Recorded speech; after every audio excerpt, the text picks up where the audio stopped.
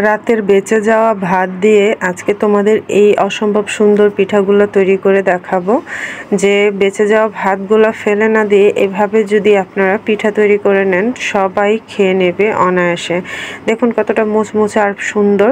তো চলুন বন্ধুরা, কিভাবে আমি রাতের ভাত দিয়ে পিঠা তৈরি করেছি সেটা আপনাদের দেখিয়ে দিই। প্রথমত রাতে বেঁচে যাওয়া কিছু ভাত নিয়ে নিয়েছি, এটাকে এখন আমি শিল পাটায় বেটে নেব। আপনারা চাইলে ব্লেন্ডারও ব্লেন্ড করে নিতে পারেন, সেক্ষেত্রে কিছু চালের গুঁড়ি মেশাতে হবে আর ভাপ দিতে হবে। তো আমি এটাকে পাটায় বেটে নিয়েছি, এর সাথে কিছু মিক্স করতে হবে না।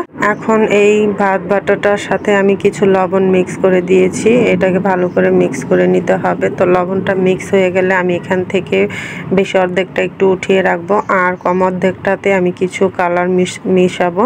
তো এর মধ্যে আমি জর্দা কালার মিশিয়ে দিচ্ছি। আপনারা চাইলে যে কোনো ফুড কালার ব্যবহার করতে পারেন, যে কোনো ধরনেরও করতে পারেন।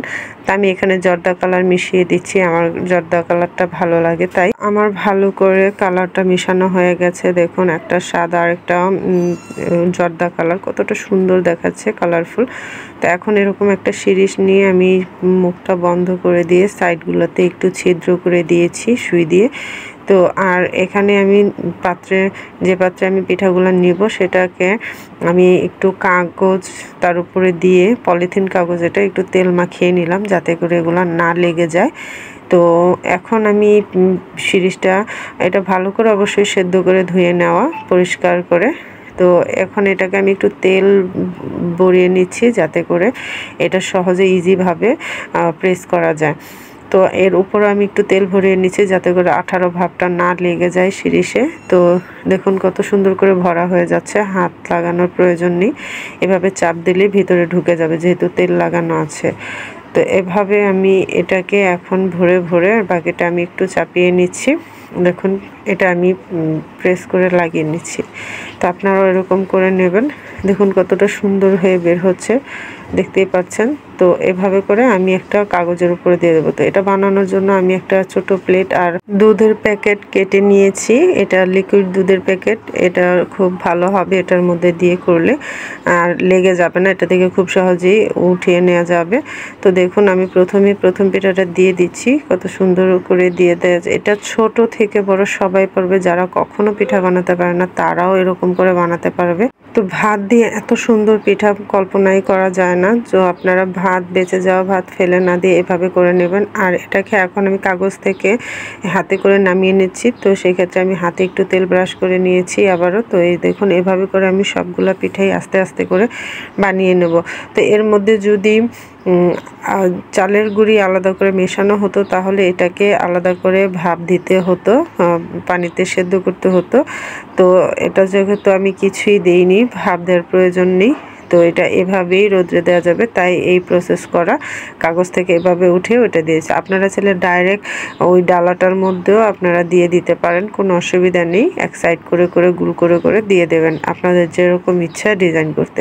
তো এটা বানানোটা এতটাই সহজ যে ছোট থেকে বড় সবাই পারবে, যে কেউ পারবে, শুধু ভাতটা বেটে নিলেই হয়ে গেল। তো এভাবে করে চালের গুঁড়ি দিয়েও সুন্দর করে বানানো যায়। আর ভাতের দিয়ে যে এরকম করে বানানো যায়, সত্যি এটা জানা থাকলে হয়তো অনেকেই ভাত নষ্ট করতো না। আমরা অনেকেই আছি যারা ভাতগুলো বাসি ভাত খেতে চাই না, ফেলে দেই। তো সেভাবে ফেলে নিয়ে যদি এভাবে বানিয়ে নেওয়া যায়, ঘরের সবাই চেটেপুটে খেয়ে নেবে এই পিঠাগুলো। তো দেখুন আমি একটা একটা করে সবগুলো বানাচ্ছি, সাদাটা কয়েকটা বানিয়ে দেখিয়েছি, এখন এই কালারগুলো আমি কয়েকটা আপনাদের বানিয়ে দেখাচ্ছি। আশা করি আপনারা বুঝতে পারছেন কতটা সহজ বানানো, শুধু পেঁচিয়ে পেঁচিয়ে রেখে দিলে হলো, কোনো ডিজাইন করতে হবে না। এই পিঠাটা কোনো ডিজাইনের প্রয়োজন হয় না, এমনিতেই এটা ডিজাইনের মতো। তো আপনারা চাইলে অন্যভাবেও দিতে পারেন, বিভিন্ন কাপে নিয়েও দিতে পারেন। যদি কোনো হরলিক্সের বা কোনো বয়ামের মুখা থাকে ওর ভিতরে দিলে সুন্দর গুল হয়ে যাবে। তো আমি এভাবেই করে নিচ্ছিলাম। এভাবে করে এটাকে এখন রোদে ডাইরেক্ট শুকিয়ে নেব। এটা আগে বলেছি যেহেতু গুঁড়ি মিশানো নেই, ভাপ দিতে হবে না। তো এভাবে একে একে আমার সবগুলো পিঠা আমি বানিয়ে নিচ্ছি। এভাবে করে দেখুন পিঠাগুলো কত সুন্দর হয়েছে। আর বন্ধুরা আজকের ভিডিওটা যদি ভালো লাগে প্লিজ বন্ধুরা একটা লাইক শেয়ার বেশি বেশি করে শেয়ার করে দেবে, আর কমেন্ট করতে ভুলবে না কেমন হয়েছে। তো দেখো বন্ধুরা এই অতটুকু ভাত দিয়ে এতগুলা পিঠা হয়েছে। এখন এগুলোকে আমি রোদে শুকাতে দিয়ে দেবো, কড়া রোদে একদিনেই শুকিয়ে যাবে, আর কড়া রোদ না হলে 2-1 দিন সময় লাগবে। তো এখন তোমাদের আমি একটা ভেজে দেখাচ্ছি। কয়েকটা আমার আগে থেকে অনেকগুলো ভাজা ছিল, তাই আমি আর বেশি ভাজিনি, শুধু দেখানোর খাতিরে কয়েকটা ভেজে আমি তোমাদের দেখাচ্ছি। তো দেখো একদম তেলে দেওয়া মাত্র কি সুন্দর ফুলে একদম দ্বিগুণ হয়ে যাচ্ছে বড় হয়ে। আর খেতে এটা এতটাই নরম, এতটাই মজাদার যে তোমরা না খেলে বিশ্বাস করবে না। আর এই পিঠাগুলো গ্রাম অঞ্চলে অনেক বানানো হয়। এই পিঠাগুলো গ্রাম অঞ্চলে বিভিন্ন ঈদ অনুষ্ঠানে বানানো হয়।